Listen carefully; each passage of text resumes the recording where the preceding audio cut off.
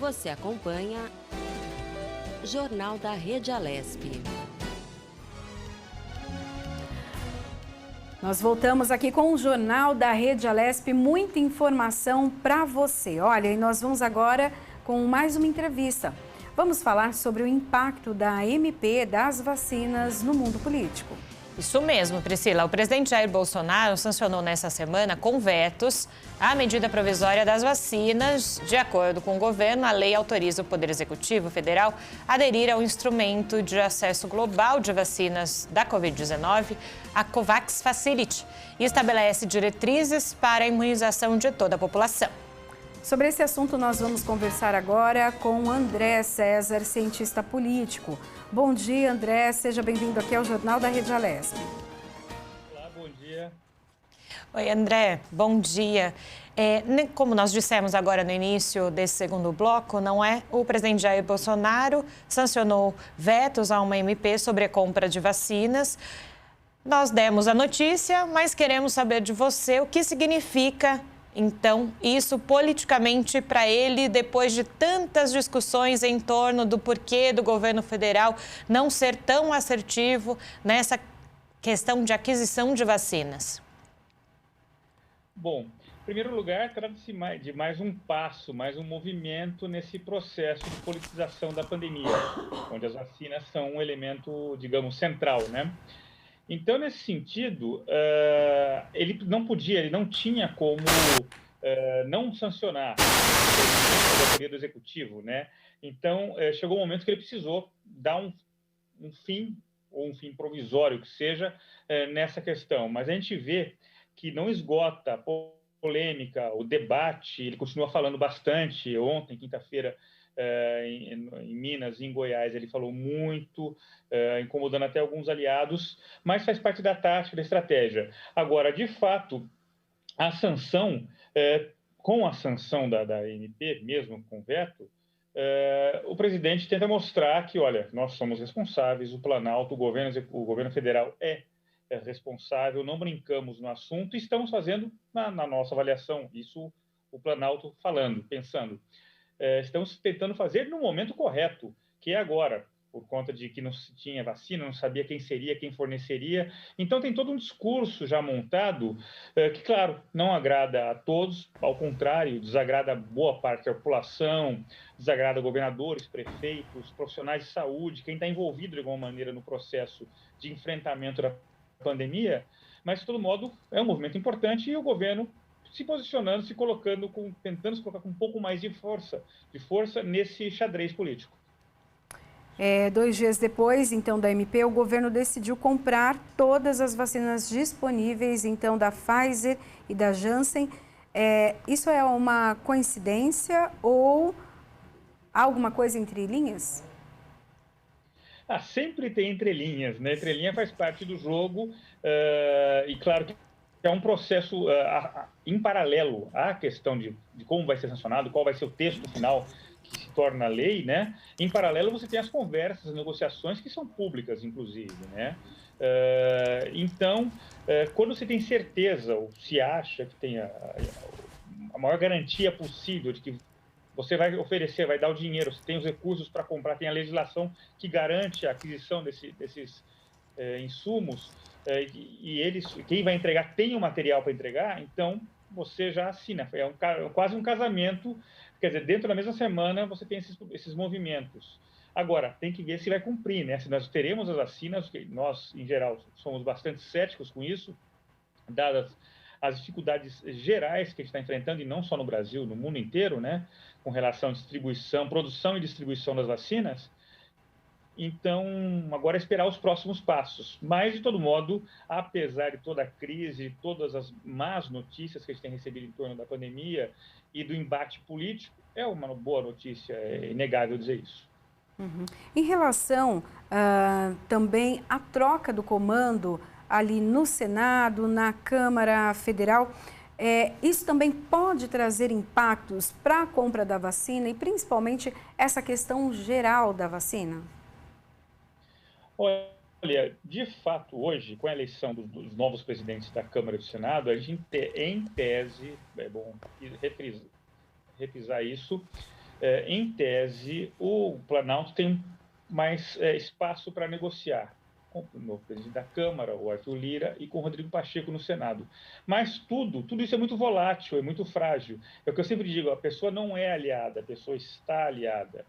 O grupo político que hoje, o Centrão, chamado Centrão, apoia o presidente Bolsonaro e comanda a Câmara, é hegemônico na Câmara, até pela história desse grupo suprapartidário, pode mudar de posição amanhã, em função da evolução do quadro político. Isso é inegável e é inevitável. Agora, de todo modo, hoje, o presidente Bolsonaro tem, sim, o melhor momento desde do início da pandemia, há um ano, o melhor momento para as negociações, para as relações e para o desenvolvimento desse trabalho conjunto para o enfrentamento da pandemia no parlamento. Agora, André, desculpa, Priscila, você falou dessas relações, né, também nesse momento, que nem sempre são aliados, estão aliados, não é?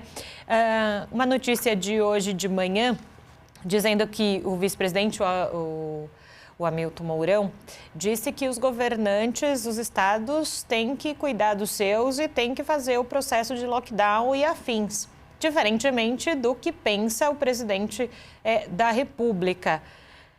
Nesse momento, você disse sempre que tem entrelinhas, né? Então, por isso que a gente gosta de ter especialista aqui. O que seriam essas entrelinhas do presidente falando uma coisa, o vice outra? Olha, o Mourão falando o contrário do Bolsonaro em assuntos importantes, relevantes, logo na sequência que o Bolsonaro se pronuncia, não é novidade, né?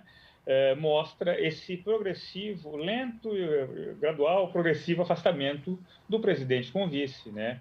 Eles têm uma relação bastante complicada, bastante delicada, vamos dizer assim, e que está ficando cada dia mais claro, mais evidente, até em função de que o presidente Bolsonaro, na disputa para a reeleição no próximo ano, trocará de vice, né? Não será o Mourão. Então, o Mourão fica, inclusive, mais à vontade para externar as opiniões dele. Claro que na distribuição de poder presidente e vice, quem manda mais é o Bolsonaro. Quem assina, quem tem a caneta é o Bolsonaro. Mas as colocações do Mourão, por menos poder que ele tenha, por menos tinta na caneta que ele tenha, ele acaba alimentando as posições dos governadores e dos prefeitos que insistem, na minha avaliação, inclusive com razão, no aperto do lockdown agora, já que nós estamos na fase aguda. E eu li hoje na imprensa, inclusive, que no entorno do Ministério da Saúde, do ministro Eduardo Pazuello, já se fala para as próximas semanas em mais de 3 mil mortes por dia. Quer dizer, então é inevitável, é praticamente inevitável que se tenha a necessidade de lockdown, e aí o Mourão fica, inclusive, bem mais à vontade para falar isso. E até a questão, você falou de termos eleições já para o ano que vem, né, 2022. O que essas medidas, essas decisões e até essa questão política relacionada à vacina acaba causando e pode ocasionar nas eleições 2022? Olha, a eleição, a gente sabe que foi bastante antecipada, a sucessão presidencial foi bastante antecipada pelo próprio presidente Bolsonaro, né? Que já é claro, público, notório, que ele só pensa naquilo, na reeleição. Esse é um fato. Então, a partir disso, toda a movimentação que ocorre na política, e hoje a questão da Covid é central para o país, é uma questão no limite de vida e morte da população, a gente não pode negar isso. Então, qualquer movimento, qualquer posicionamento, qualquer decisão, compra de vacina, abre, não abre o estado, a cidade, fecha comércio, tudo isso impacta na eleição. Realmente a gente está ainda no momento de bater todos os elementos no liquidificador da política. Daqui a pouco a gente vai ver o que vai sair, qual o produto final disso. Mas, de fato, cada elemento, cada posicionamento vai ter muita importância, mesmo porque imagens, falas, propostas, tudo vai ser usado na campanha por aliados e por adversários de todos. Pois é, ainda falando dessa questão de eleição, André, Se fala muito, e nós falamos no início do Jornal da Rede Alesp, sobre a questão econômica, o quanto no pós-pandemia vai se demorar para essa recuperação econômica aqui no Brasil. No mundo político, como é que funciona? Quem tomar uma decisão não favorável nesse momento que nós estamos vivendo, pode ter o popular dizendo, arranhar politicamente a sua imagem? Como é que funciona, então, ou pode funcionar depois da pandemia, você ter essa retomada política? Também existe esse impacto político? Não, sem dúvida. Na verdade, o parlamentar é um animal político. Ele tem o faro, os 513 deputados federais, os 81 senadores têm o faro político, sabem o que tem que fazer, o que não tem que fazer, como fazer, quando fazer, porque eles conversam, inclusive, diretamente com suas bases. Eles têm uma conexão direta, imediata, tempo real, praticamente, com as suas bases. Então, há momentos que tem que se equilibrar. Vamos salvar a vida das pessoas, vamos abrir mais e com maior número de mortes, mas a economia não sente tanto. Então, a busca desse equilíbrio é permanente. Agora, há uma espécie de sentimento geral, coletivo, no mundo político, de que a situação atingiu um ponto crítico, né? Então, são medidas amargas para depois, lá um pouco mais à frente, começar a se soltar as amarras, né? E aos poucos ir retomando a normalidade. É como diria Maquiavel, você faz o mal de uma só vez e o bem aos poucos. Então, tem que se praticar isso. E o mal tem que ser feito agora pelo bem de toda a sociedade. Nós conversamos mais cedo com um professor de economia que disse algo bem semelhante, né? Em relação ali à retomada econômica do país. Né? Então, assim, termos essa situação agora de todos com o mesmo pensamento, vamos manter a questão do distanciamento, do isolamento, enfim, as medidas adotadas e orientadas, né? Para depois podermos, então, ter a recuperação. É dessa maneira que você enxerga, já levando para o lado político, todos ali, é claro que é difícil todo mundo pensar igual, né? Mas seguir uma direção seria o ideal? Não, sem dúvida. Primeiro, tem que ser claro com a população. As medidas têm que ser bastante claras, bastante bem explicadas para a população entender, olha, é isso e acabou, ponto. E agora, eu vi um economista falando recentemente, falou, mas não há economia sem vidas. Eu acho que, na minha avaliação, esse tem que ser o mote. Não há economia sem vidas. Então, vamos salvar as vidas para depois... E quanto mais efetivo, mais eficaz for esse fechamento, esse lockdown, com isolamento social, cada cidadão atendendo as deliberações, as demandas, o que se precisa, mais rápido e mais eficaz será a retomada. Há exemplos pelo planeta, né? Vários países que conseguiram isso, estão conseguindo fazer isso. Agora, o trabalho de convencimento de uma sociedade grande, complexa e dividida como a nossa é bastante difícil. Esse, sim, é um grande desafio para o homem público, para o político. Como convencer o seu eleitor a adotar medidas imediatas que vão, inclusive, contra, de imediato, também os interesses, né, o que ele precisa no plano econômico. Mas é o único caminho que nós temos. André, você usou uma frase aí muito própria, a sociedade dividida, né?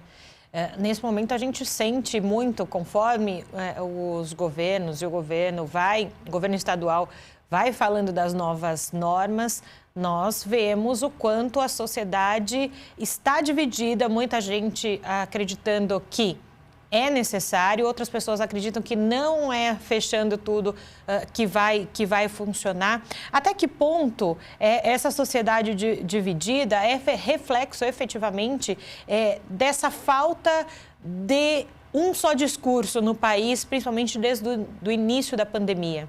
O quanto efetivamente hoje se ter uma sociedade que questiona regras é porque não tivemos um governo que disse, olha, o Brasil todo vai ser assim e ponto. Bom, em primeiro lugar, essa divisão da sociedade não vem de 2018, vem, na minha avaliação, a partir de 2013, nas manifestações de rua. Mas é outra questão.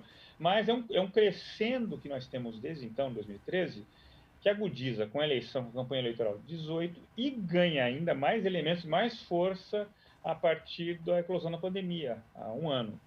Então, o que você tem hoje é o reflexo de uma realidade maior, que é uma divisão política e social clara, evidente, e que o atual governo tem como tática, como estratégia, como plano de ação, inclusive, alimentar esse quadro de desentendimento, de turbulência, até a busca de um certo confronto com o outro, para se alimentar e ganhar, manter a sua força visando as eleições. Como nós falamos agora há pouco, o governo, o presidente Bolsonaro, só pensa basicamente na reeleição. Então, nesse sentido, essa ação de confronto alimenta o seu eleitorado, os 25% a 30% de eleitores que são o Bolsonaro raiz, que a gente fala, né, o eleitor mais fiel dele, que apoia esse discurso, que apoia essa postura.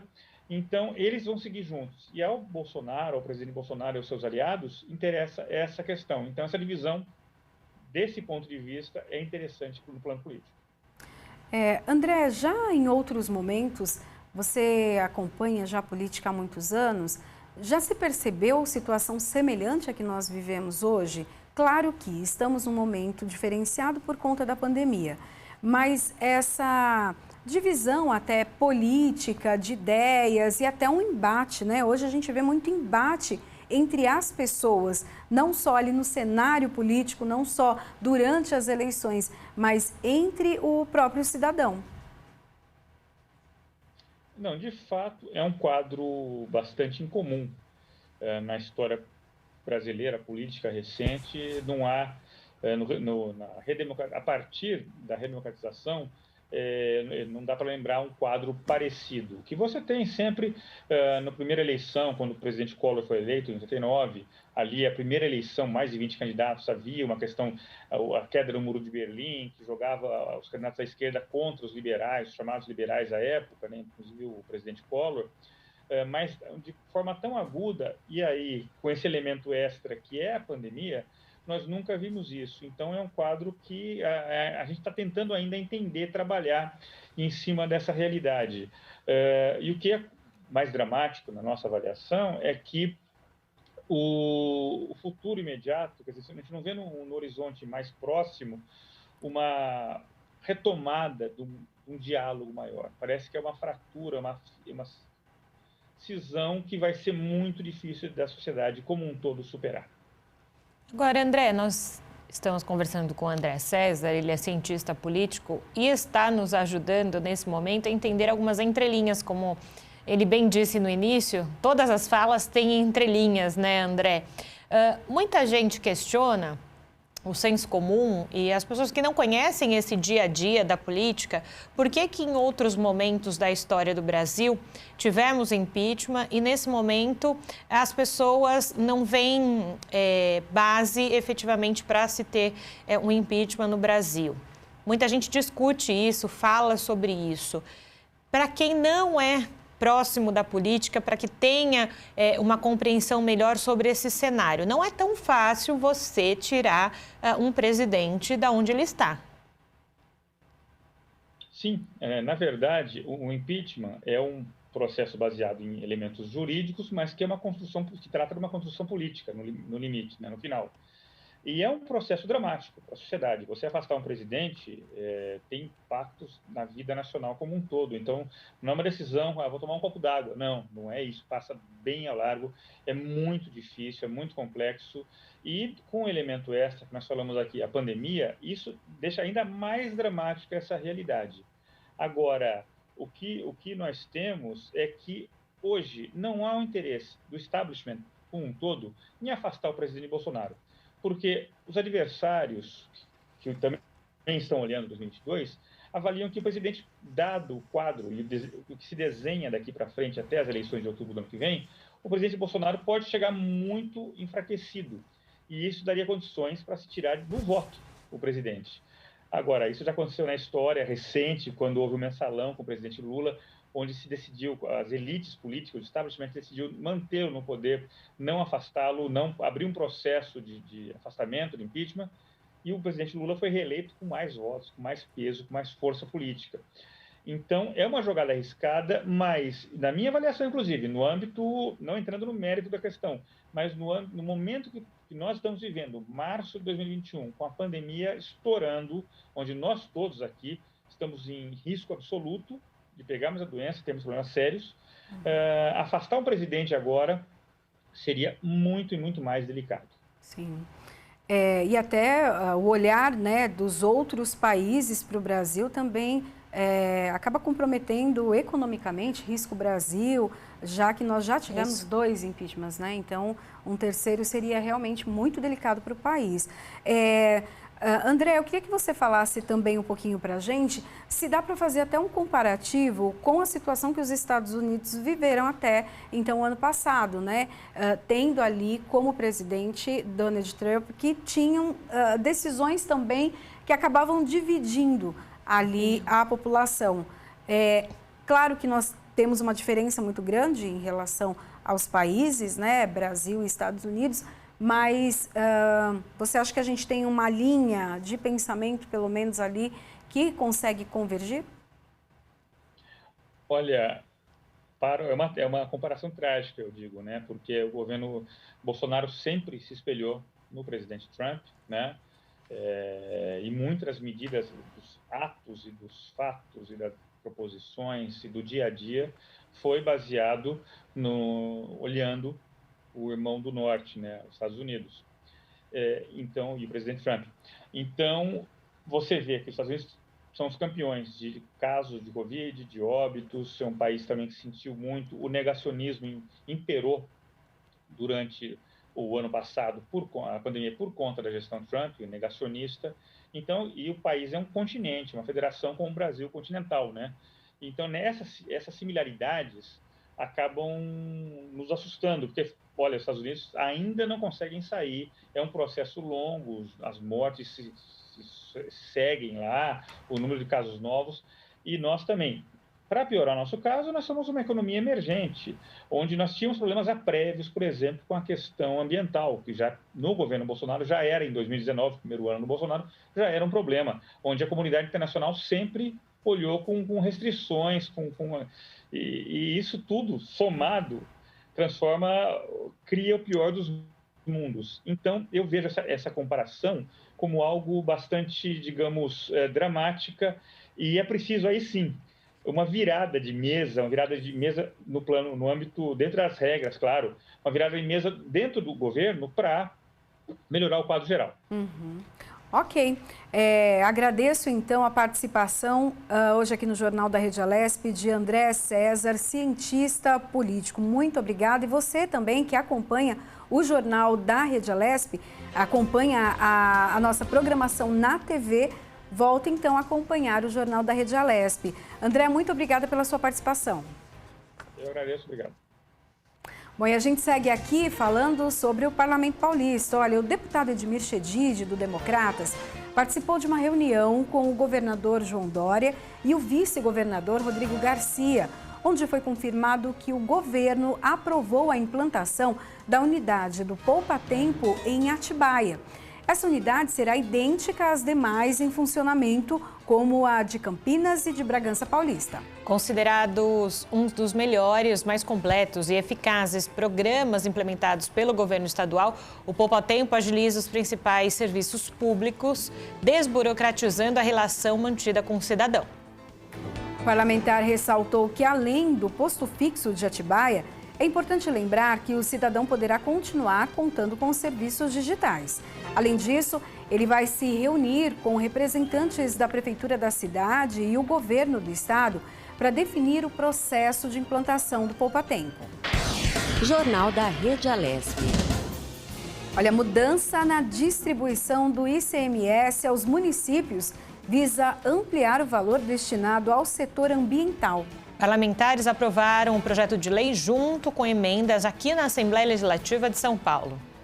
De autoria do governador João Dória, a proposta muda a legislação já existente sobre a participação das cidades no recolhimento do imposto sobre circulação de mercadorias e serviços. Hoje, 25% do valor arrecadado pelo Estado é destinado aos municípios.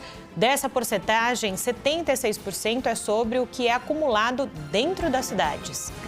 A ideia do texto é reduzir para 75%. Assim, esse 1% restante será redistribuído ao meio ambiente e a partir de 2 novas regras. E olha só, Pri, a primeira trata do cuidado com a vegetação nativa e a segunda de um plano de gestão de resíduos sólidos. Olha, cada uma corresponderá a 0,5% do valor destinado para o setor. Além do planejamento, as cidades devem estar em tabelas de aproveitamento e destinação desses rejeitos. Um dos pré-requisitos, por exemplo, é a coleta seletiva. O deputado Marcos Zerbini, do PSDB, explica o projeto. A ideia desse projeto é redistribuir um pouco, uma parte que é até pequena, não é muito grande, do ICMS, para que esses municípios tenham alguma compensação pelo serviço que eles prestam para o estado todo. Porque, na verdade, eles são responsáveis por uma grande parte da reserva ambiental do estado. Então, a gente entende que é justo isso, que eles recebam alguma compensação financeira por ajudarem do ponto de vista ambiental o estado como um todo.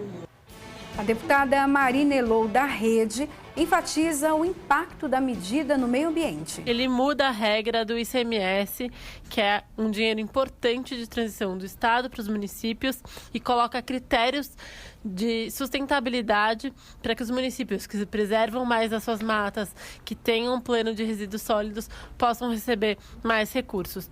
A lei deve entrar em vigor após a publicação no Diário Oficial do Estado, mas passará a incidir no cálculo de índice de participação das cidades só no próximo ano. Jornal da Rede Alesp.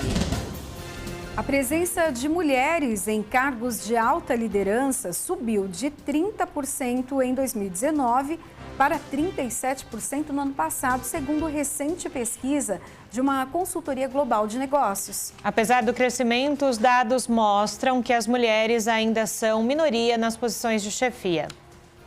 De acordo com o levantamento, esse aumento é reflexo da frequência da participação feminina em processos seletivos. Passou de 50% em 2019 para 70% em 2020. Isso acontece porque as próprias empresas pedem para os recrutadores incluírem mulheres nos processos seletivos. Atualmente, varejo, farmacêutica e cosméticos estão entre os setores com mais participação de mulheres em cargos de chefia. Jornal da Rede Alesp. A gente vai falar um pouquinho agora de uma emenda para Taboão da Serra. Olha, o deputado Ataíde Teruel, do Podemos, esteve com o prefeito de Taboão da Serra, ex-deputado Aprígio, que explicou as necessidades que o município enfrenta em busca de recursos, principalmente na área de infraestrutura. O parlamentar destinou recursos de R$1 milhão para o município, sendo 700 mil para minimizar os problemas causados pelo excesso no nível de circulação da água, que afeta parte da população, e os outros R$300 mil para reforçar a ação da Defesa Civil Municipal. A ideia é colaborar com a gestão do prefeito através da melhoria dos serviços públicos oferecidos aos mais de 290 mil habitantes. As emendas parlamentares, para quem não conhece não conhece muito a linguagem, do legislativo, são ali valores que os deputados conseguem destinar para as cidades, E podem, então, as cidades podem utilizar para saúde, meio ambiente, no caso aqui a questão da água, saneamento básico. Então, esse valor que os deputados destinam aos secretários, às prefeituras, ajuda muito. Porque as prefeituras, elas trabalham com o recolhimento interno, Sim. Aquilo que se produz internamente. Uma parte disso é passado para o governo e eles ficam administrando, então, aquele percentual. As emendas parlamentares dão respiro. Dão esse respiro justamente para a economia local e para o orçamento local, na verdade, Não é nem a economia, é o orçamento local. Quando você fala dessa produção interna, das cidades, a gente lembra que o estado de São Paulo é gigantesco e há cidades muito pequenas que não conseguem sozinhas distribuir esse orçamento de modo mais equilibrado, e por isso que também as emendas parlamentares são essenciais, e os deputados sempre falam por aqui, né, Priscila? Que eles estão constantemente em conversas com esses municípios para entender quais as demandas daqueles locais. Claro que nesse momento de pandemia 99% é para a área de saúde, mas lembrando também que outras áreas como educação, moradia, serviço social também acabam recebendo esses recursos. Porque por mais que todos os recursos, praticamente todos os recursos tenham sido voltados à área da saúde, isso é essencial nesse momento, é o que se precisa mesmo, e as cidades precisaram se adaptar. Existem cidades aqui no estado de São Paulo que não têm uma estrutura, não tem UTI.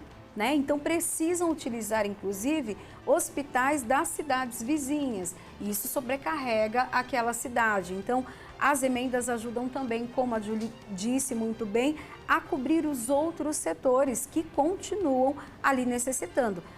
Lembrando que a educação, por mais que no ano passado, 2020, as crianças praticamente não tiveram aula, mas foi necessário investir na mudança para a tecnologia, para o ensino à distância.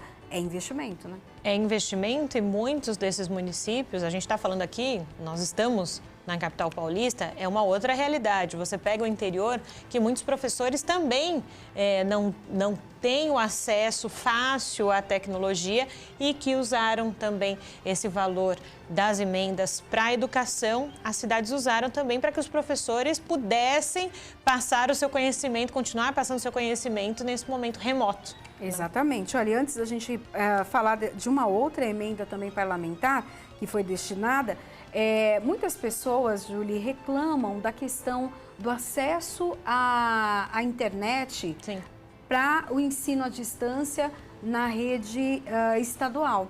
Só que assim, existe um aplicativo, existe todo um trabalho ali do governo que disponibiliza gratuitamente. A criança precisa ter ali no celular apenas um chip.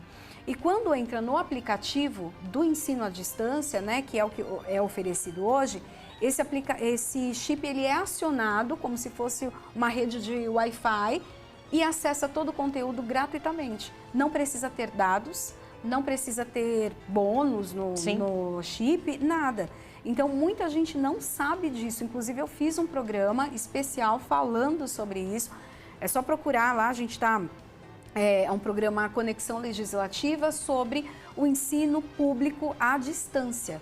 E daí você vai ter todas as informações, todos os caminhos. Esse programa está lá no YouTube, no canal da TV Alesp. Por isso que informação de qualidade é o nosso trabalho aqui desde o início da pandemia. Nós, aqui da Rede Alesp, estamos nos debruçando para trazer informações como essa que a Priscila gravou no Conexão Legislativa, para que você tenha a melhor informação, porque informação em um momento de pandemia é o que há de melhor para a gente fazer, porque realmente as pessoas precisam saber das coisas. Exatamente. Bom, a gente segue então falando um pouquinho mais sobre as emendas parlamentares. Olha, o deputado Jorge Wilson, xerife do consumidor do Republicanos, destinou por meio de emenda parlamentar o valor de R$100 mil para a área da saúde e outros 100 mil para a infraestrutura ao município de Caieiras. O parlamentar disse que nesse momento precisa ter um cuidado especial com a saúde dos cidadãos, já que eles têm direito a ter qualidade de vida. Em 2020, o município foi contemplado com o projeto Areninhas, que é um complexo de futebol, society, quadra de basquete, equipados com iluminação LED, arquibancada e também vestiários. A gente vê quanto ajuda, então, essa parte das emendas, como a gente falou até agora. É isso mesmo. Bom, nós vamos para o rápido intervalo. Daqui a pouquinho a gente volta com mais informações aqui no Jornal da Rede Alesp. É isso aí, fica ligado, já voltamos.